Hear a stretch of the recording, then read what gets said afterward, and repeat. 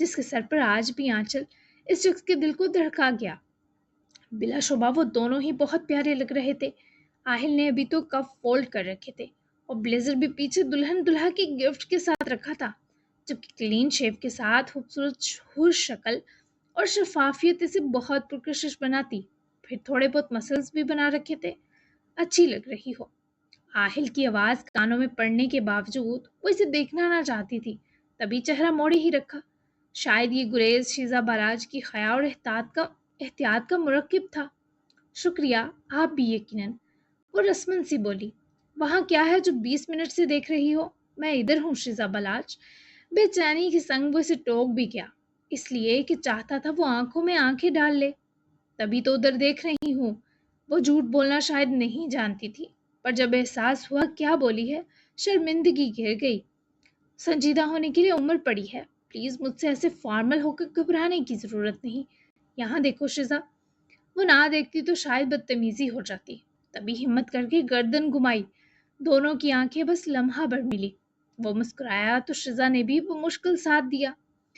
میری سابقہ girl friend مجھ سے شاپنگ اور آؤٹنگ کے لیے بہت زیادہ پیسہ بٹورتی تھی۔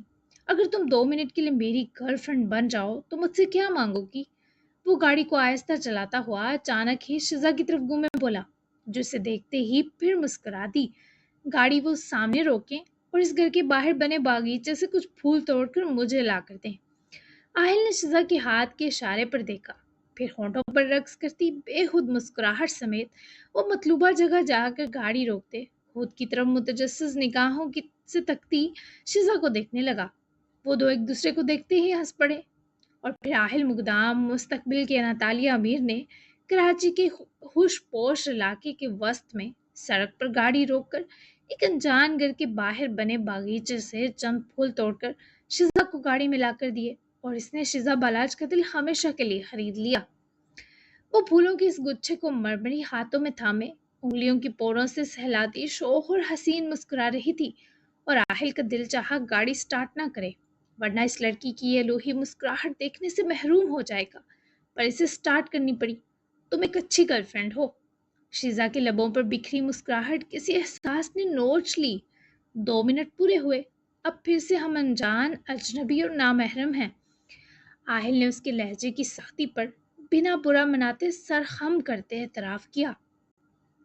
میں تمہارے یہ سارے اعتراض ایک دن ضرور دور کروں گا۔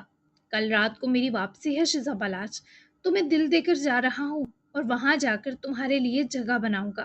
مجھے پتا ہے تم میرا انتظار کرو گی۔ وہ اسے نہ کہہ سکا، بس اس کے ہاتھوں میں موجود ان پھولوں کو دیکھ کر سوچتے مسکرایا۔ یہ بھی سوچا کہ ان پھولوں کی قسمت اس سے اچھی ہے۔ وہ چھوٹا اور ناسمجھ ضرور تھا، پر شیزا پر اس کا دل پوری سچائی سے آ رکا تھا۔ فنکشن آج بھی بہت وی آئی پی اور بڑے حال میں تھا، لیکن آج آہل مقدام کے دل کے حالات پہلے سے زیادہ خراب تھے کہ اس حسین ترین چہروں کے اس رنگین میلے میں خوبصورتی اور حسن بس شیزا کے 400 دکھائی دے رہا تھا، جبکہ شیزا بھی کہاں اس کے بنا کچھ دیکھ پا رہی تھی۔ دل تو آہل کی کل رات بھی بالیوں پر اٹکا ہوا دھڑک رہا تھا۔ فنکشن 12 تک اینڈ ہوا اور اب کل سب دوستوں کے ساتھ کپل کی فشی ڈونا دعوت تھی، جس کا آہل نے سب کو انویٹیشن دیا۔ وہ لوگ 12:15 تک واپسی کے لیے نکل گئے۔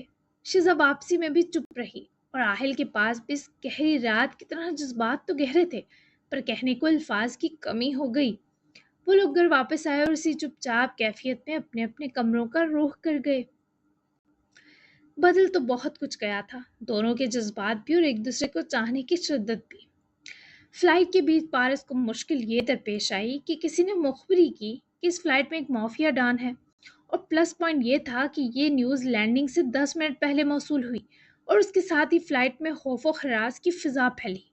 پارس کے پاس اس وقت جو آئی ڈی تھی وہ ایک لوکل سے بزنس مین کی تھی، جبکہ اس کی اصل آئی ڈی بروقت ایف پی کے آدمی نے خود سے بدلی، اور یوں فلائٹ لینڈنگ کے بعد جہاں 2 لوگوں نے پارس کو سیفلی ایئرپورٹ سے آؤٹ کروایا، وہیں 2 لوگ اس چکر میں ایئرپورٹ ڈیفنس سیکیورٹی کے ہتھے لگ کر مارے گئے۔ پارس ان چیزوں سے کافی ڈسٹرب ہو جاتا تھا، خاص کر جب کوئی ساتھی اس کے لیے جان کی بازی ہار جاتا تھا۔ وہ ہدایت بابا سرکار کے بیورو پہنچ تو گیا، لیکن جو کچھ ہوا اس نے پارس کو بہت تھکا دیا۔ وہیں روشانے کو جب سے یہ نیوز ملی، کالز پر کالز کرے جا رہی تھی۔ پارس کا فون بھی اسے 2 گھنٹے بعد کوریئر ہوا، اور جب آن کیا تو روشانی کی کافی مس کالز تھیں۔ پہلے تم آرام کرو، ہم اس پر صبح بات کرتے ہیں۔ خدایت بابا نے اس کا کندھا تھپکایا اور تھکن سے اندازہ لگاتے کمرے میں روانہ کیا۔ پارس نے کال پک کی تو روشانی کی جان میں جان آئی۔ پارس اب ٹھیک ہیں؟ فون لگتے ہی وہ سخت بے قراری سے قدم روک کے بولی۔ پارس نے روم ڈور اوپن کیا اور جیکٹ اور کیپ اتار کر کاؤچ پر اچھالی۔ ٹھیک ہوں، بس 2 لوگ مارے گئے میری وجہ سے۔ وہ عذاب ڈیلے چھوڑتا کاؤچ پر بیٹھا۔ روشانی کو اس کی تھکن اتنے دور سے بھی شدت سے محسوس ہوئی۔ میری جان، وہ لوگ آپ کی حفاظت کے لیے ہی مامور تھے اور ہمہ وقت آپ کے لیے جان کی بازی لگانے کو تیار رہتے ہیں۔ یہ ان کا فرض ہے۔ ویڈیو کال کر رہی ہوں۔ نرم اور میٹھے لہجے میں جان کہہ کر وہ جان نکالنے کے بعد جب فون سکرین پر ابھر آئی، پارس عیسیٰ مغلانی کو کوئی اداسی یا رنجیدگی چھونے کی ہمت نہ کر سکی۔ میں سو نہیں پا رہی تھی ورنہ بہت نیند آئی تھی۔ سوچا آپ کو ہدایت بابا کے پاس پہنچ جاتا دیکھ لوں، پھر سکون کروں، پر میرے مسٹر تو تھکے لگ رہے ہیں۔ اب باخدا ساری رات سو نہیں پاؤں گی۔ اس لڑکی کے سکون کا پارس سے جڑنا دونوں کے لیے ایک فرحت بخش احساس تھا، زشت کا حاصل تھا۔ تم سے بات کر کے تھکا ہوا نہیں رہوں گا، بس جب بھی اپنے لیے کسی کو مرتا دیکھتا ہوں تو کچھ دیر اپنی تکلیف پر قادر نہیں رہ پاتا۔ صرف اس وجہ سے میں تمہارے لیے ڈرتا ہوں روشانے۔ پلیز مجھ سے دور اپنا خیال رکھنا، مجھ سے دور سونا بھی محتاط ہو کر۔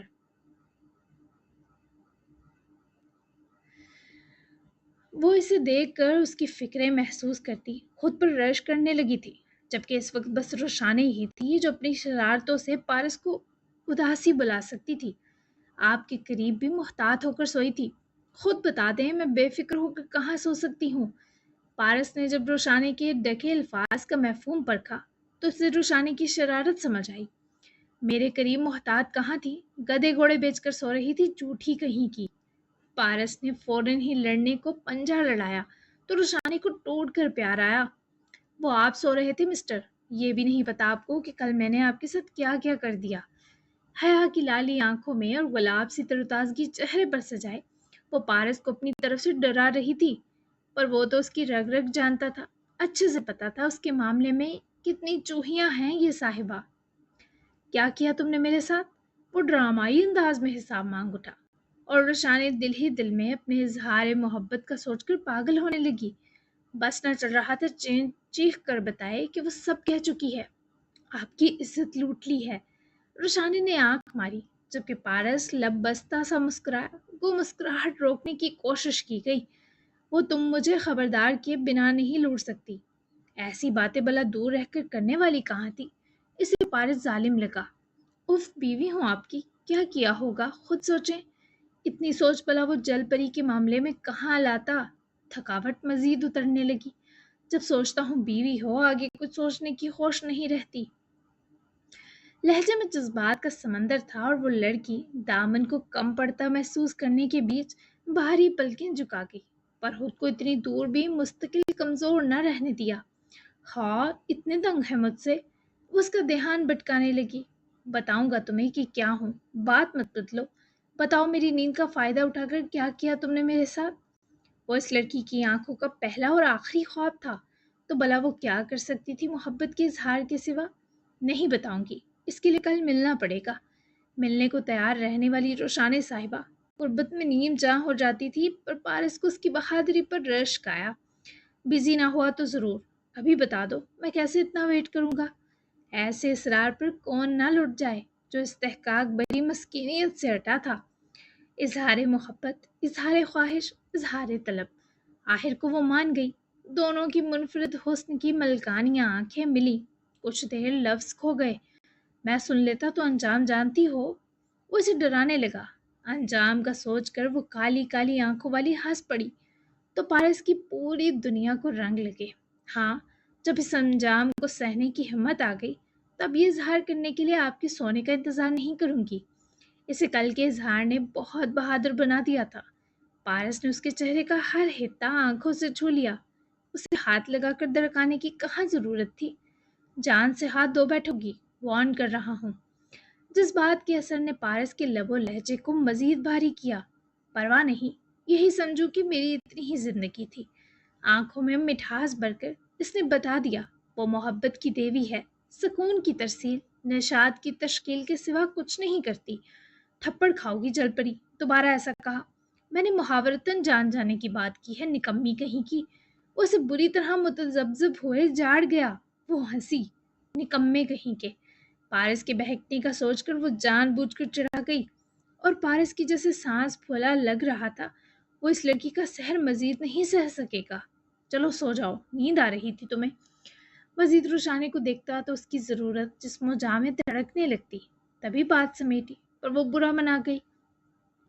اور آپ کو تو نہیں آ رہی، پلیز پارس بات کریں نا مجھ سے۔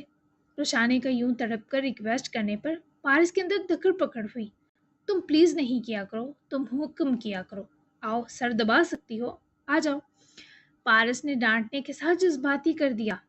اگر مجھے یوں دور سے تڑپایا ایسے تو آؤں گی، پر گلا دبانے۔ وہ بچوں کی طرح بیگی سانس بھرے گھر آئی۔ پارس مسکرا اٹھا۔ میری گردن تمہارے ہاتھوں میں جیسے آ جائے گی نا، وہ تمسخرانہ انداز میں اکساتے بولا۔ شرٹ کی 2 بٹن کھول دیے، شاید وہ تھوڑا بے چین تھا۔ ہاتھوں میں نہ آئے، دانتوں میں تو آ جائے گی نا۔ یہ لڑکی ہر جواب رکھتی تھی، دانتوں پر دونوں ہی خطرناک وائب دیتا مسکرائے۔ تم مجھ سے اپنے دانتوں کے مظاہرے دور ہی رکھنا آگے سے، ورنہ میرے ہونٹوں کے مظاہرے تمہاری جان لے کر بھی تھمنے پر نہ آئیں گے۔ وہ ایسے بولتا روشانے کے چہرے پر دنک رنگ سمیٹ لایا، جبکہ روشانے بہت مشکل سے ہونٹوں کی مسکراہٹ سنبھال سکی۔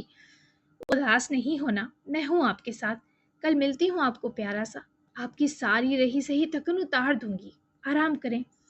فطری شرم آڑے آئی کہ وہ چند تاکیدیں پارس کے نام کرتی رابطہ توڑ گئی، پر پارس سیسا مغلانی اسی سوچ میں پڑ گیا کہ تھکن تو باقی رہی ہی نہیں، تبھی تو ہونٹوں پر ایک مبہوت کرتا تبسم مچل کر رہ گیا۔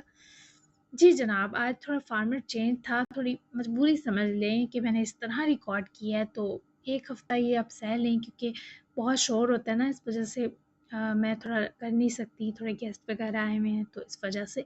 تو یہ بھی اچھی ہے، یقیناً آپ کو تھوڑا چینج اچھا لگے گا، تو پلیز اس چینج کو ایکسیپٹ کر لیں۔ تو کیسی لگی آپ کو، کس اچھا سا تبصرہ ضرور دیجیے گا، بیسٹ سین، بیسٹ ڈائلاگ کون سا لگا۔ تو ملتے ہیں پھر ہم اس سے بھی بہت پیاری ڈبل اسپیشل ایپیسوڈ میں، تو پیارا سا کمنٹ کرتے جائیے گا۔ تو مجھے اجازت دیجیے، اللہ حافظ۔